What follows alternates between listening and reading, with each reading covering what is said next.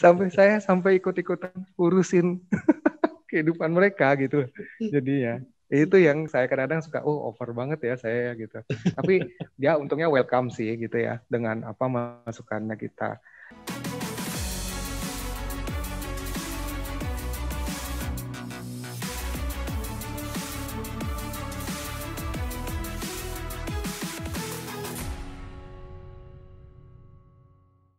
Nah, ini pertanyaan berikutnya. Jadi dari Gede Dalam.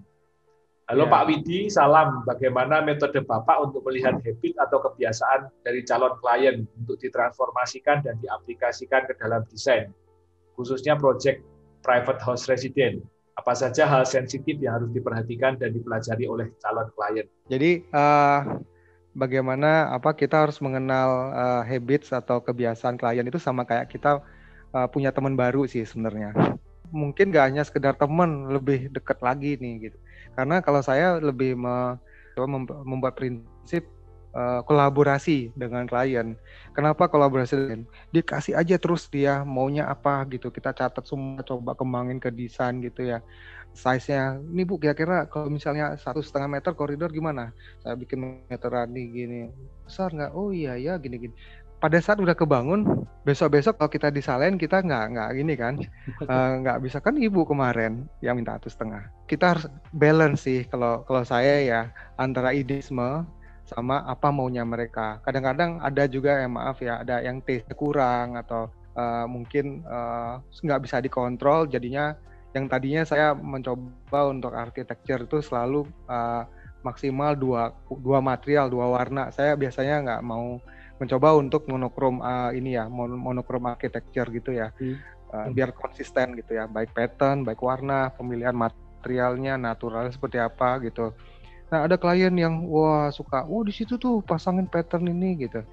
Nah gitu-gitu kadang saya suka kontrol. Nah disitulah pendekatan yang saya sering lakuin. Ada satu nih contoh, saya kenapa harus perlu untuk mengetahui habits atau kebiasaan mereka. Ada satu klien yang mungkin lagi saya nggak pernah nanya dalam detail ya, dia sakit apa. Yang saya tahu dia kayak diabetes atau gimana dia. Jadi dia ada permintaan turun dari tempat tidur menuju ke kloset, itu nggak boleh lebih dari 5 langkah. Nah, yang kayak gitu-gitu, yang saya harus tahu. Kayak misalnya, oke Ibu biasanya sering lama-lama di mana nih? Di dapur kah? Apa di kamar kah? Kadang-kadang saya pernah sampai masuk ke kepribadian mereka loh. Contohnya kayak, bikinin deh ini setiap kamar ada TV ya, anak saya ada TV. Bu, sayang Bu, nanti kita nggak bisa nanti Ibu kalau udah rumahnya nggak pernah berkumpul.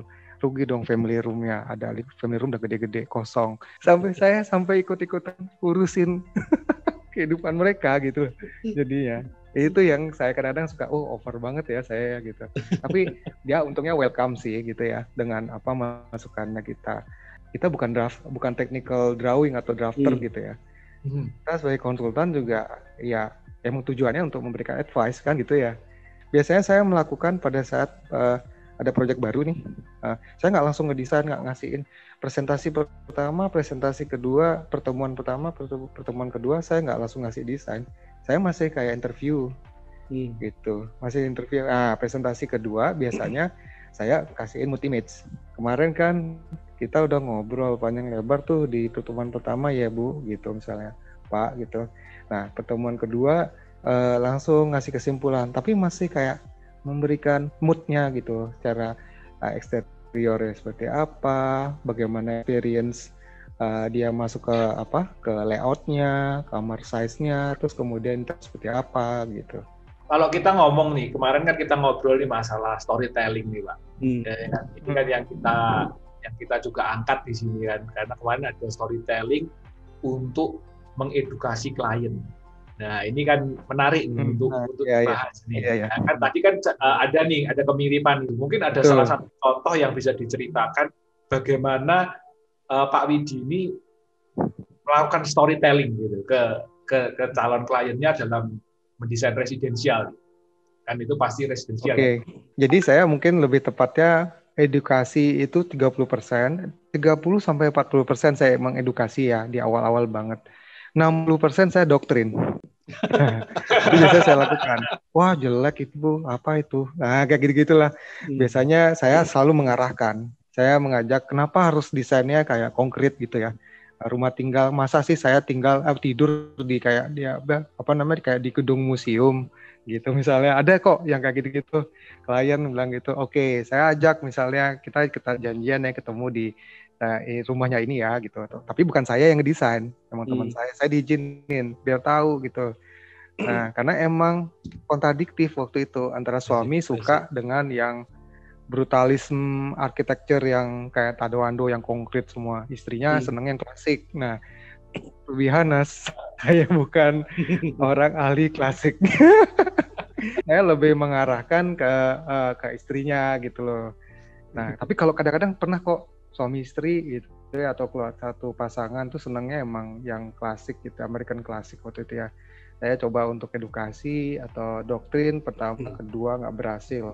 Terus akhirnya saya yang ketiga saya mengatakan jujur aja. Saya bilang pahit-pahit aja di awal daripada nanti dipaksain. Nanti yang terjadi adalah mereka tidak nyaman atau enggak, ya itu balik lagi ke image-nya kita gitu ya. Karena memaksakan dengan desain agar biar kita dapat project itu, biar kita dapat duitnya, saya nggak mau juga. Terus akhirnya gimana itu Pak?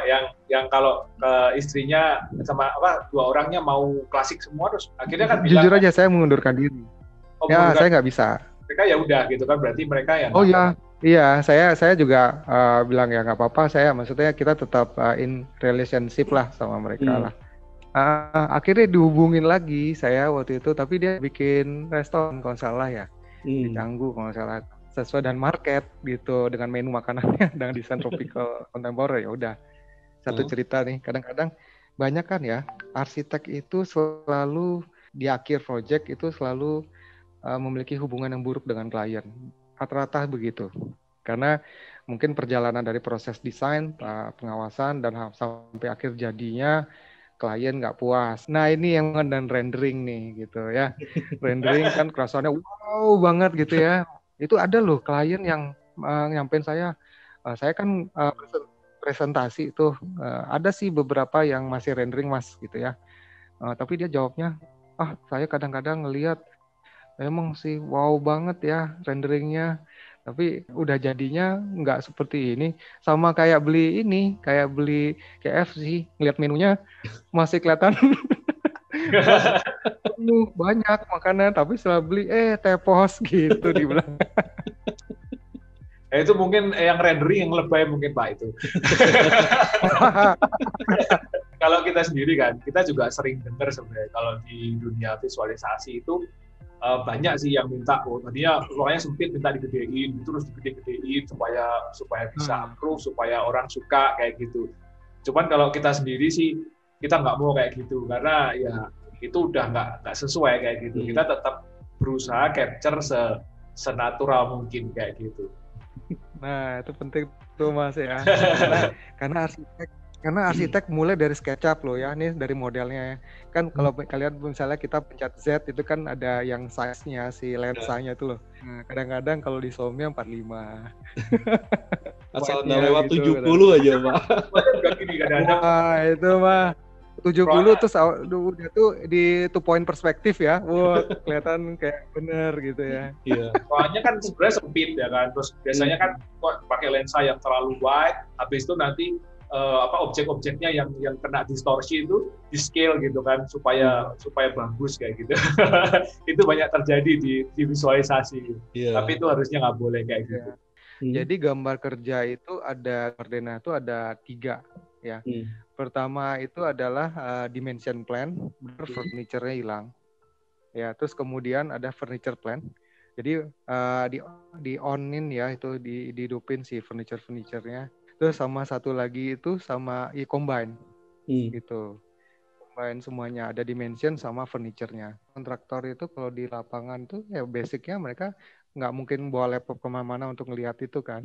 Floor plan dimensinya itu nggak di pinggir, biasanya kan banyak arsitek tuh rata-rata bikinnya di pinggiran ya.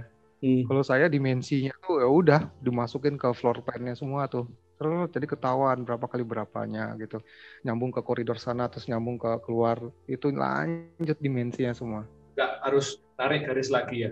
Ya di dalam plan-nya, di dalam layout-nya saya masukin tuh panjang gitu, dimensinya dari berapa opening pintunya, berapa lanjut lebar koridornya, jelas semua gitu.